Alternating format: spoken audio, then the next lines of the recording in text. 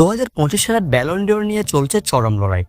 দর্শক, 2025 সালের Ballon d'Or জেতার জন্য লড়াই করছে বিশ্বের ইয়াংস্টাররা। এবার গোল.কম সহ বিভিন্ন ফুটবল ভিত্তিক সংবাদ মাধ্যম প্রকাশ করেছে 2025 সালের ব্যালন ডিওরের সম্ভাব্য চূড়ান্ত তালিকা। দর্শক, চলুন এক নজরে দেখে নেওয়া যাক সেই তালিকা, কারা কারা লড়াই করছে এবং কারা কারা কত নম্বর স্থানে রয়েছে ব্যালন ডিওর জয়ের ক্ষেত্রে। দর্শক, ফুটবল ভিত্তিক সংবাদ মাধ্যম গিভ মি স্পোর্ট প্রকাশ করেছে এমনই এক তালিকা, যেখানে 10 নম্বরে রয়েছে পিএসজির ডিফেন্ডার আশরাফ হাকিমি। পিএসজির হয়ে ইতিমধ্যে ট্রেবল জয় করেছেন তিনি।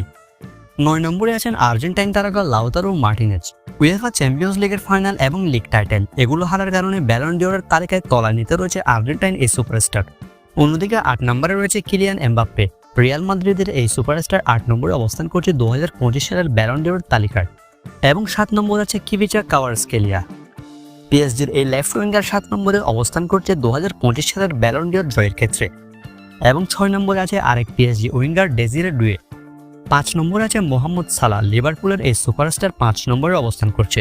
এবং 4 নম্বরে আছে বার্সেলোনার ব্রাজিলিয়ান তারকা রাফিনহা। 3 নম্বরে আছে পিএসজির মিডফিল্ডার বিতিনহা। দুর্দান্ত একটি সিজন কাটিয়েছে সে পিএসজির হয়ে, জিতেছেন ট্রেবল। এবং 2 নম্বরে আছে বার্সার স্প্যানিশ তারকা লামিন ইয়ামাল। গত মৌসুমে রীতিমতো অবিশ্বাস্য পারফরমেন্স করেছে 17 বছর বয়সী লামিন ইয়ামাল এবং 1 নম্বরে অবস্থান করছে, অর্থাৎ ব্যালন ডিওর জয়ে সবচেয়ে এগিয়ে রয়েছে উসমান দেমবেলে।